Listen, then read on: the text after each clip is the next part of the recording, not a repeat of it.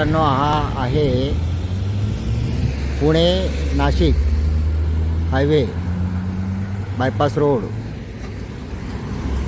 आणि या ठिकाणी म्हणजे राजगुरुनगर म्हणजे जुनं खेडपासून एक 12 ते 13 किलोमीटर अंतरावरती एक तुकाई मातेचं मंदिर आहे. तुम्ही पाहताय या ठिकाणी येण्यासाठी पुण्यावरून यायला 50 किलोमीटर आहे आणि राजगुरुनगरवरून 12 ते 13 किलोमीटर आहे आणि मुंबईवरून मला वाटतं 150 किलोमीटर होईल. पण या ठिकाणी हे फार पुरातन मंदिर आहे, पांडवकालीन आहे. त्यामुळे या ठिकाणी कधी आलात तर या मंदिराला जरूर भेट द्या. मित्रांनो, आता आपण आलो आहोत जिल्हा पुणे, तालुका खेड येथील तुकाई मातेचं मंदिरा आलेलं आहोत आपण. हे मंदिर पांडवकालीन आहे असं सांगितलं जातं आहे. तुम्ही पाहताय समोर हे भव्य असं मंदिर दिसतं आहे. त्याची रचना जी आहे ती पाहाल तर पांडवकालीन ज्या गुफा आहे तशी आहे. समोर ही दीपमाळ दिसते ती फार जुनी झाल्यामुळे आता ती बरोबर दिसत नाही. तर आपण आता सर्वप्रथम मंदिराची बाह्य रचना बघूया.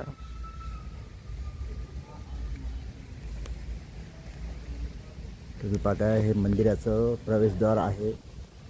वरती गणरायाची मूर्ती आहे आणि बाह्य भाग बघाल तर दगडांचा कोरीव काम आहे.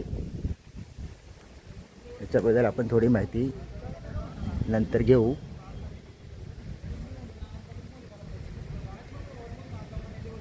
फार पुरातन असं हे मंदिर आहे.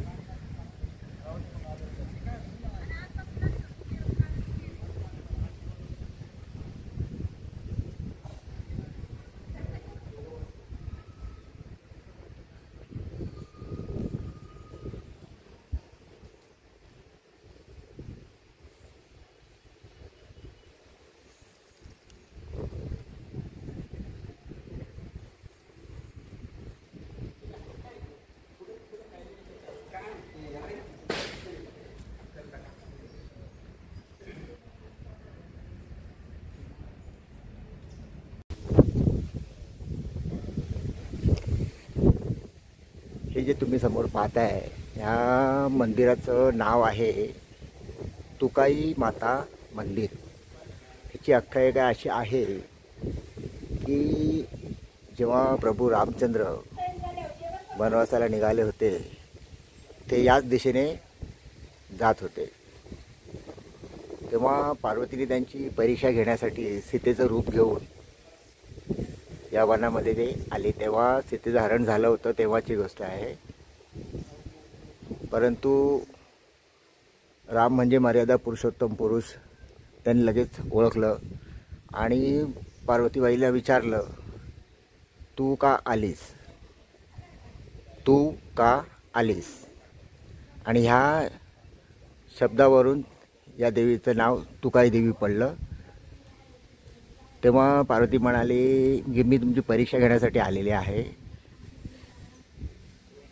तर राम म्हणाले ठीक आहे, पण आता तू जाऊ नकोस, तू इथेच प्रकट हो इथे. आणि तेव्हा ती इथे प्रकट झाली आणि म्हणून ह्याचं नाव तुकाई देवी असं पडलं आहे. मित्रांनो, तुम्ही आतापर्यंत खूप मंदिरात गेला असाल, परंतु या मंदिरामध्ये आपलं पावित्र्य राखण्यासाठी बघा तुम्ही पाहताय या ठिकाणी असं गोमूत्र ठेवलेलं आहे. हे गोमूत्र आपल्या अंगावर शिंपडूनच आपल्याला मंदिरात जायचं आहे.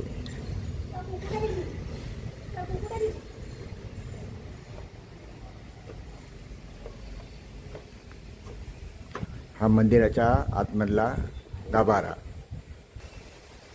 तुम्ही पाहता अंतर्भाग. समोर एक नंदी तुम्हाला दिसतोय आणि आपण आता आतमध्ये आलेलो आहोत. आतमध्ये आल्यानंतर तुम्ही पाहाल या ठिकाणी विठ्ठल रखुमाईची मूर्ती आहे. एक पिंड आहे शंकराची.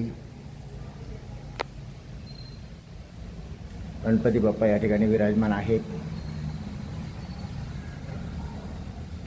यानंतर या गावची ग्रामदैवत या ठिकाणी आहे. मंदिर आता बंद आहे.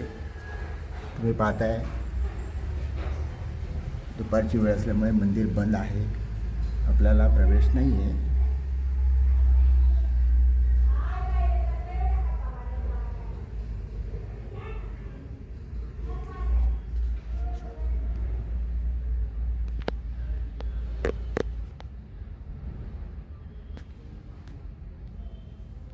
अशा तऱ्हेने आपण देवीचं दर्शन घेत आहोत.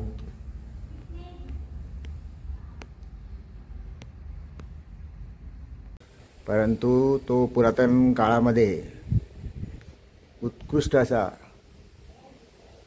बांधकामाचा नमुना आहे. या मंदिराला एकूण 29 असे खांब आहेत. आता मी मोजले. 29 खांबाच्या आधारावरती हे मंदिर उभं आहे.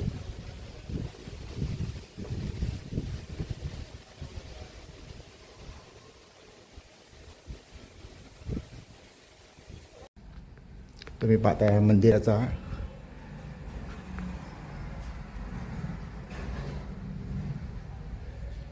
आतमधून हे असं दिसतंय. फार जुनं बांधकाम आहे.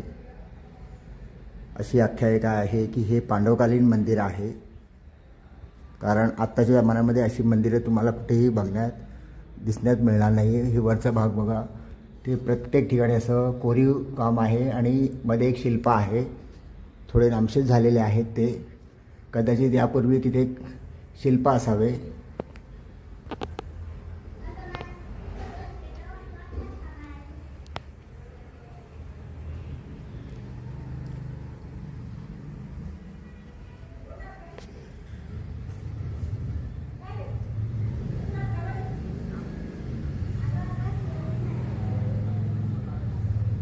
आता आपण या मंदिराची जी आख्यायिका आहे ती समजून घेऊया.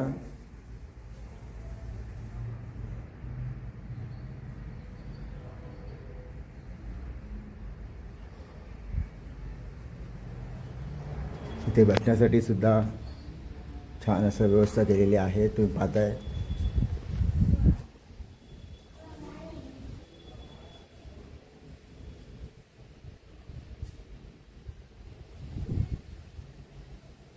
आणि हा बाहेर जाण्याचा मार्ग आहे.